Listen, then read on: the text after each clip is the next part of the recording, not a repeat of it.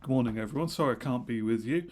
I'm at St Paul's and then Meerbrook this morning, and we've got an all-age service following this 9:30. So things are a bit different today. As I'm recording this, if I do get interrupted, it's thundering and lightning outside at the moment. So apologies if there's any flashes or if the power suddenly goes out, but there we go, we'll see. We're starting a new sermon series. We're looking at the Beatitudes, and we're starting right at the beginning of Matthew chapter 5, looking at what Jesus has got to say here. But before we start digging into what the passage says, I want to think a little bit about some psychology, or sociology actually, because this passage is all about socialness, social etiquette. And as I was thinking about it, I was thinking about what it is to be a sociopath, because it's one of those words that gets thrown around sometimes quite a lot. Sociopath, psychopath, narcissist, all these words. But what does it actually mean to be a sociopath? And actually, a sociopath is somebody who struggles a bit with understanding right or wrong, but actually more so focuses completely on themselves, to the detriment of society. So very much thinking about what's right for them and what is all best for them or makes them happy, even if it means upsetting and alienating hundreds of other people. There are people out there, unfortunately, who are definitely sociopaths, haven't got a care for anybody else, only thinking of themselves. Goes hand in hand with narcissism, but very much to the detriment of others. And the reason I've started here is because what Jesus is doing in this scripture passage, the Beatitudes, the bit we've got this morning, is very much a passage of anti-sociopath behaviour, how not to behave as a sociopath. And it's terminology they wouldn't have used back then. They wouldn't have defined it as such, but they probably were thinking of people who would very much act in their own interests and not of friends and family and the wider world around them. So let's dig into this. What is it Jesus has got to say about how to live? The Beatitudes. So he starts with, "Blessed are the poor in spirit, for theirs is the kingdom of heaven."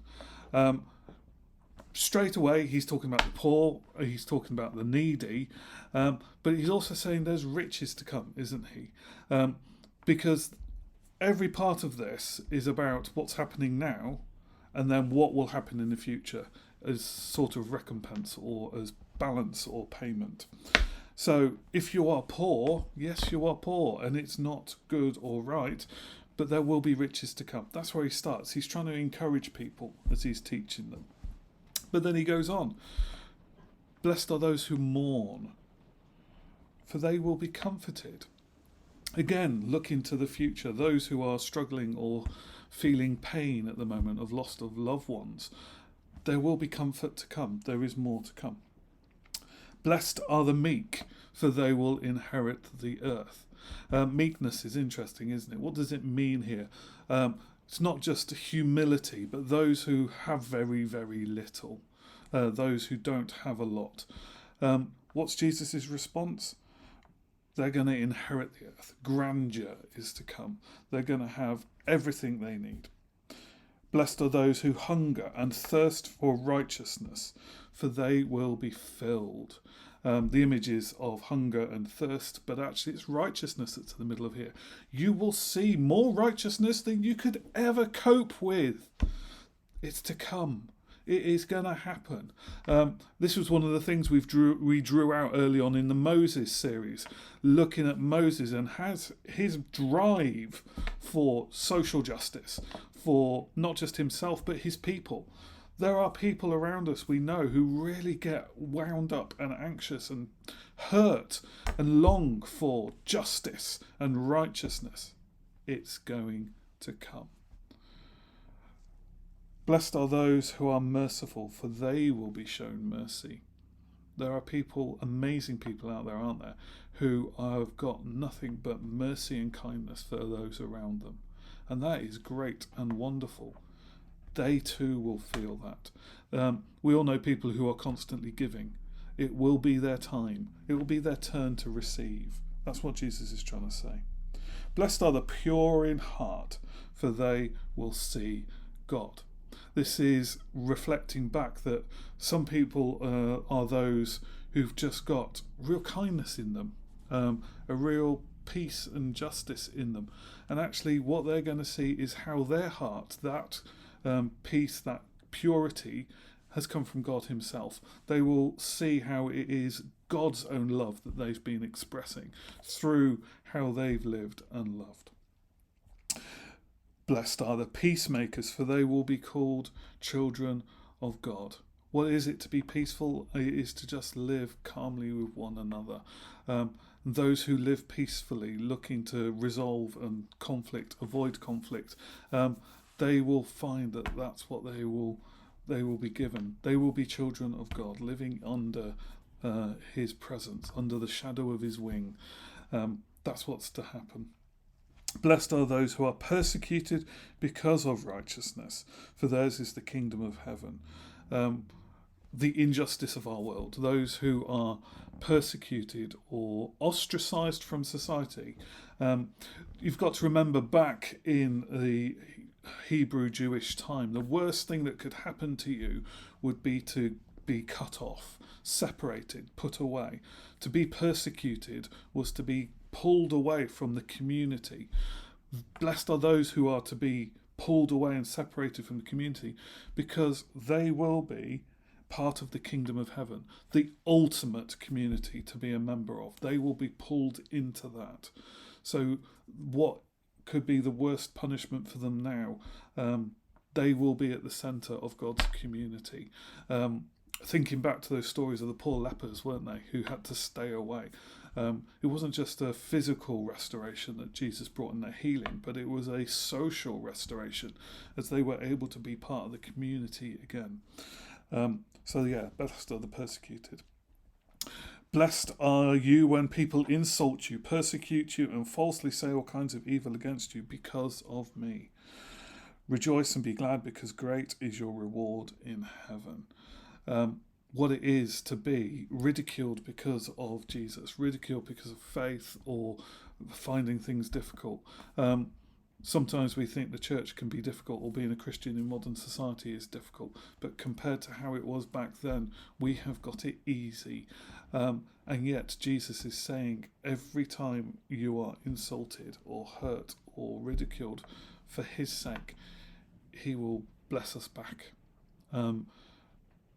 And these are all great, amazing bits of scripture and texts and principles to own. But what is Jesus saying? Basically, Jesus is saying our world is out of balance. Our world is messy because there are poor, there are meek, there are hungry, there is a lack of justice, there is a lack of peace. All of this is a world and a creation out of balance. And what will happen is, in the future, is it will be restored. Balance is to come. Jesus is trying to get people to stop looking at the now, which is the tendency of the sociopath, to actually to look ahead to the future. What is he trying to say? He is saying, look to when my kingdom comes, because there will be peace. There will be riches for all. Nobody will be meek. We will all live in grandeur together. There will be justice for everyone at all times. There will be mercy and kindness. Everyone will be close to his heart and know his heart. No one will be persecuted. Everything will be perfect and in balance.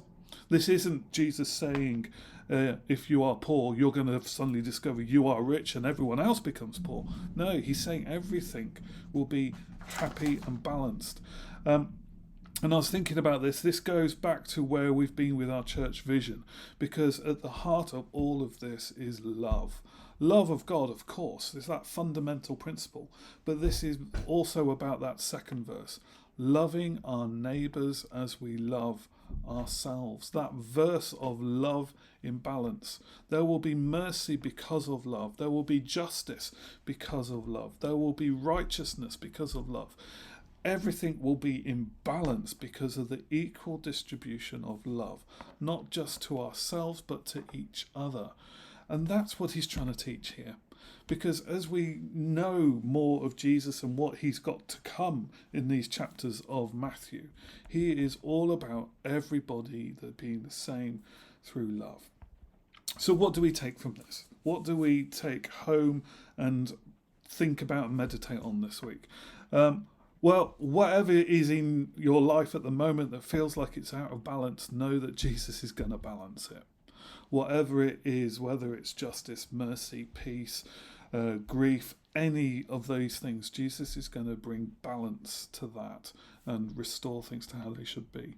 But it challenges me personally about the world around us and looking at what is out of balance.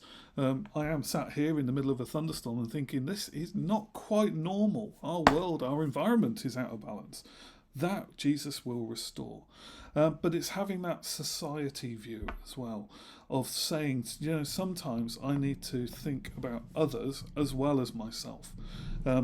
Having that view of what's best for the world around us, because that's what Jesus taught. But for me, in all of this, and I'm sure in what's to come in this series of the Beatitudes, is just keeping Jesus and love at the centre of all I do, because that will bring peace and balance, and that's what's to come. This is very much a passage of text, not looking to now, but looking to the future, to what the new heaven and the new earth are going to be like. And it will be good, it will be great, and yet is still indescribable. So take this away, think about it, think what it is to put others not ahead of ourselves, but equal to ourselves, and how we can, like Jesus will, try and bring balance to our lives and the world around us. So God bless, and I will see you soon.